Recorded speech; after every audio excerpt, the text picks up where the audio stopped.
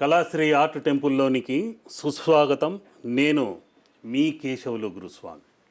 ఇంట్లో రామ పట్టాభిషేకం చిత్రం ఉంటే మంచిదా కాదా అని చాలామంది అడుగుతూ ఉంటారు. ఆ రాముడిని పెడితే లేనిపోని కష్టాలు కదా అని కొందరు అంటుంటారు. ఆయనే వనవాసం చేశాడు, భార్యావియోగంతో బాధపడ్డాడు, ఇలా రకరకాలుగా ఆయన అనేక బాధలు పడ్డాడు కదా. పట్టాభిషిక్తుడు కూడా కాలేక అరణ్యవాసం చేశాడు కదా. ఆ చిత్రం పెట్టుకుంటే అదే విధంగా కష్టాలు ఎదుర్కోవాల్సి వస్తుందేమో అని వెనుకాడేవారు కూడా ఉన్నారు.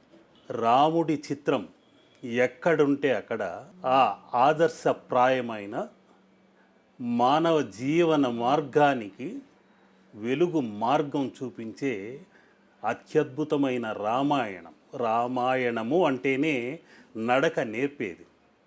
మనం ఉత్తరాయణం దక్షిణాయనం సూర్యుడి పయనం ఎలా ఉంటుందో అటువంటిదే రామాయణం. రాముడి చిత్రం పెట్టుకుంటే ఆ ఇల్లంతా అన్నంటే ఆ రామచంద్రుడు ఇలా ఉండాలి, తమ్ముడంటే లక్ష్మణుడు ఇలా ఉండాలి, భార్య అంటే సీతమ్మ తల్లిలాగా ఉండాలి, అదేవిధంగా నమ్మిన బంటు అంటే ఒక్క హనుమంతుడిలా ఉండాలి. కాబట్టి ఆదర్శప్రాయంగా ఉండాలి అని ఆ చిత్రం మనకు అనేక సంకేతాలను తెలియచేస్తుంది. ఒక మాట ఒక బాణం అనే తత్వాన్ని కూడా తెలియచేస్తుంది. ఇంకొందరు రంధ్రాన్వేషణ చేస్తూనే ఉంటారు ఈనాటికి. ఆ సీతమ్మ ఆ రావణాసురుడి చెరలో ఉంది కాబట్టి ఆ రాముడు మళ్ళీ ఆమెను ఏలుకోకుండా అరణ్యాలకు పంపించాడు లక్ష్మణుడితో పాటు అని ఒక ఆరోపణ ఉంది. ఎవరో ఒక వ్యక్తి చెప్పిన నింద వలన ఆ సీత అగ్ని పునీత అయి వచ్చినా కూడా వేద మాత అని తెలిసి కూడా ఆ తల్లిపైన నిందలు వేసేసరికి అరణ్యానికి పంపించాడు ఆ శ్రీరామచంద్రుడు. కానీ అన్నేళ్ళు కష్టాలు పడ్డ రామచంద్రుడు మళ్ళీ ఆ సీతమ్మను ఆ అరణ్యాల పాలు చేశాడంటే దానిలో ఎన్నో అర్థాలు పరమార్థాలు ఉన్నాయి. అసలు సీతమ్మ ఆ రావణుడు అపహరించకుండా ఉంటే రామాయణం అన్నదే లేదు. హనుమంతుడన్న దేవుడే మనకు దొరికేవాడు కాడేమో. ఆ సీతమ్మ అగ్ని పునీతయ్యి వేదమాతయ్యి ఆ లక్ష్మీ తత్వముతో అవతరించింది. దానికి రహస్య రామాయణం అనేది నాకు ఒక సిద్ధ గురువు నుండి చిన్న అనుగ్రహంతో దొరికిన సంఘటన ఇప్పుడు నేను మీకు వివరించి చెప్తున్నాను. అదేంటంటే, సీత జనకుడి పుత్రిక, కానీ కొందరికి తెలియనటువంటి ఒక చిత్ర చిదంబర రహస్యం ఆ సీతమ్మ గురించి ఇప్పుడు తెలియచేయాల్సిన సమయం ఆసన్నమైంది. అదేంటంటే, నాకు ఒక సిద్ధగురు రహస్య రామాయణం అనేది ఒకటి ఉంది అని తెలియచేశాడు. ఆ సీతమ్మ జనకుడి పుత్రిక కాదు, రావణాసురుడి పుత్రిక అనేసరికి నేను విస్మయంగా ఆయన్ని చూడడం జరిగింది. అదేంటండి, జనకుడికి భూమిలో దొరికింది కదా అని అంటే, అలాగా కాదు. రావణ బ్రహ్మ అతి శక్తివంతుడు. అటువంటి రావణ బ్రహ్మకు పుత్రిక జన్మించిన వెంటనే లంక కంపించింది. ఆయనకు మరణ సంకేతాలు అందాయి. ఉరుములు మెరుపులతో నిప్పుల వర్షం కురిసింది. ఆ అగ్నితత్వముతో అక్కడక్కడ మంటలు చెలరేగడంతో అగ్ని ప్రమాదాలు, భూకంపాలు, ప్రళయాలు లాంటి సంకేతాలు కనిపించేసరికి రావణాసురుడు అపర బ్రహ్మ, రావణ బ్రహ్మ, మహాపండితుడు, జ్యోతిష్య విజ్ఞాని. అటువంటి వ్యక్తి ఆశ్చర్యపోయి అమ్మాయి పుట్టిన వెంటనే ఇటువంటి సంకేతాలు ఏమిటయ్యా అని తన వద్ద ఉన్న రాజగురువులను సంప్రదిస్తే, అక్కడున్న రాజగురువులు, వేద పండితులు ఆ విచిత్ర సంఘటనలను చూసి, ఓ మహాప్రభు, నీకు పుట్టిన కూతురు ఆ పుత్రికా రత్నము యొక్క జనన లగ్నం ప్రకారం చూస్తే ఆమె అగ్నిమాత, అగ్ని పునీత, వేదమాత, శక్తివంతమైనది. అతి శక్తివంతమైన ఆ శక్తిని భరించటం అసుర తత్వానికి సరిపోదు. అందువల్లే ఇటువంటి సంఘటనలు జరుగుతున్నాయి. లంకకు అరిష్టము. కాబట్టి ఈ పుత్రికా రత్నాన్ని ఒక పేటికలో భద్రపరిచి సముద్రంలోకి వదిలేయండి. అంతేకాని ఆమె ఇక్కడ ఉన్నంతకాలం లంకకు అరిష్టము, నీ చావుకు కారణమవుతుంది, జాగ్రత్త సుమా అని హెచ్చరించేసరికి రావణుడు విస్మయంతో ఏం చేయాలో తోచక మండోదరి వైపు చూశాడు. మండోదరి ఇక శోకంతో ఆ పుత్రికా రత్నాన్ని ఒక పేటికలో అమర్చి కన్నీళ్లతో సాగర గర్భంలో వదిలివేసింది. ఆ విధంగా సాగర గర్భంలో కలిసిపోయిన ఆ పేటిక మెల్లమెల్లగా భూమాత స్వీకరించి తన గర్భాన పొందుపరుచుకొని ఆ జనకుడికి అందచేసింది.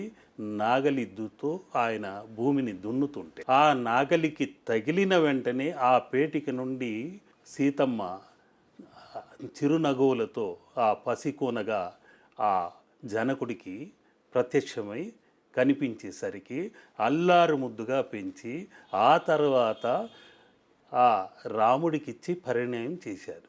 ఆ తరువాతే రాముడు ఆమెను పరిణయమాడిన తరువాత తన రాజ్యానికి తీసుకొచ్చిన తరువాత పట్టాభిషిక్తుడు కాబోయే సమయానికి కొన్ని ఆటంకాలు ఏర్పడ్డాయి. ఆయన వనవాసం చెయ్యాలి అని ఆ పినతల్లి కోరిక మేరకు, ఆ తండ్రి ఆజ్ఞ మేరకు సీతమ్మతో పాటు కట్టుబట్టలతో వనవాసానికి బయలుదేరాడు. వెంట తమ్ముడు లక్ష్మణుడు కూడా వెన్నంటి వెళ్ళాడు. ఎప్పుడైతే లక్ష్మణుడు మహా ముక్కుసూటి మనిషి, కాస్త కోపిష్టి. ఆ లక్ష్మణుడు ఎందుకు కోపిష్టి అంటే లక్ష్మణుడు ఆశ్లేష నక్షత్రం కనుక, ఆ ఆదిశేషు తత్వం కనుక ఆ కస్సుమంటూ బుస్సుమంటూ తన జోలికి ఎవరైనా వస్తే వారిని దూరంగా నెట్టేసేవాడు. అంత ముక్కుసూటి మనిషి వద్దకు శూర్పణఖ రావటం జరిగింది. మోహించింది, కామించింది. వెంటనే ఆ శూర్పణఖ ముక్కు చెవులు కత్తరించి పంపించాడు లక్ష్మణుడు. ఆ చిన్న పొరపాటు వలన ఈ శూర్పణఖ వెళ్ళి లంకలోని రావణాసురుడైన తన సోదరుడితో చెప్పి, అన్న నా ముక్కు చెవులు కోసేశాడు ఆ లక్ష్మణుడు, వారు ఆ రామలక్ష్మణులు సోదరులు నన్ను అవమానపరిచి అందవికారంగా చేశారు అని భోరుమని విలిపించేసరికి రావణుడు మహోగ్రుడై ఆ సీతమ్మను అపహరించటం జరిగింది. ఇక్కడ ఒక ముఖ్య విషయం తెలియచేయాలి. సీతమ్మ మహా అందగత్తె, అత్యద్భుతమైన శక్తి కలది. అటువంటి శక్తి కల ఆ అమ్మను మోహించి రావణాసురుడు తెచ్చుకోలేదు. తన చెల్లెలకు జరిగిన అన్యాయాన్ని, ఆ ఆవేదనను, ఆక్రోశాన్ని భరించలేక సీతమ్మను అపహరించవలసింది. ఆ అపహరించవలసిన కారణం ఇదైనందువల్ల ఆ సీతమ్మను తెచ్చి అశోకవనంలో పెట్టడం వలన ఆయన అనేక కష్ట నష్టాలు ఎదుర్కోవలసి వచ్చింది. ఎప్పుడు కానీ ఆమెను ముట్టుకోలేదు, ఎప్పుడు కానీ ఆ దృష్టితో చూడలేదు. ఆ బ్రహ్మజ్ఞాని, ఆ 10 తలల రావణ బ్రహ్మకు ఆ మాత్రం తెలియదా? అంతేకాని ఆ తల్లిని ఇంకొక దృష్టితోనో కోణంతోనో చూడలేదు. అశోకవనంలో భద్రంగా పదిలంగా కూర్చోబెట్టాడు. తన పుత్రిక అని తెలిసిన తర్వాత కూడా తన చెల్లెలకు జరిగిన అవమానం భరించలేక ఆ కార్యానికి పూనుకోవలసి వచ్చింది. తిరిగి తన పుత్రిక తన లంకకు వచ్చి చేరింది కదా, ఆమెను ఎక్కడైనా వనంలో పెట్టేస్తే సరిపోతుందని కూడా భావించి ఉండవచ్చు. అటువంటి రావణుడు బ్రహ్మజ్ఞాని, రావణ బ్రహ్మ, 10 తలల రావణ బ్రహ్మ, అటువంటి మహాజ్ఞాని కూడా ఆ ఆవేశానికి లోనై సోదరి యొక్క తత్వానికి ఆమె రోధిస్తుంటే భరించలేక ఆవేశానికి గురై సీతమ్మను తెచ్చుకున్నాడు. మళ్ళీ లంకకు అరిష్టం దాపురించింది.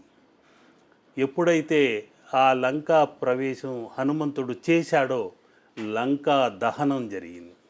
లంకా దహనం అయిన వెంటనే వానరమూక దాడి జరిగింది. ఆ తర్వాతే ఆ రాముడు ఆ రావణాసురుని వధించటం జరిగింది. ఈ విధంగా సీతమ్మ అడుగు పెట్టిన తరువాత ఆ లంక అగ్ని దహనానికి కారణమైంది, రావణుడి చావుకు కారణమైంది. అంతేకాని సీతమ్మ అగ్ని పునీత అని తెలుసు. అగ్ని ప్రవేశం చేసే రాముడు తన వెంట తీసుకెళ్ళాడు. లోకానికి తెలియచేసేందుకే అగ్ని ప్రవేశం అన్నది ఆయన కల్పించినది, అంతేకాని ఆమె పైన అనుమానంతో కాదు. అటువంటి విష్ణు అవతారము శ్రీరామచంద్రమూర్తి. ఆయనకు తెలియనిదంటూ లేదు. ఆ లోక నింద భరించి ఆయన తన వెంట తీసుకెళ్ళి తన రాజ్యంలో ఉంచుకున్న జనరంజకంగా రామరాజ్యాన్ని స్థాపించాలని, మనోరంజకంగా ఉండాలని, ఉంటే రామరాజ్యంలో ఉండాలి అని ఈనాటికి అనుకుంటుంటాం. అటువంటి ఆ శ్రీరామచంద్రుడు ప్రజల మాటలకు విలువనిచ్చి తన అతి ప్రియమైన రావణాసురుడిని 72,000 మంది వానరులతో జయించి మళ్ళీ తన భార్యను కైవసం చేసుకొని తీసుకొచ్చిన వ్యక్తి, మహాశక్తి. అటువంటివి ఆ శ్రీరామచంద్రమూర్తి తన భార్యను మళ్ళీ కన్నీళ్లతో అరణ్యాల పాలు చేశాడు.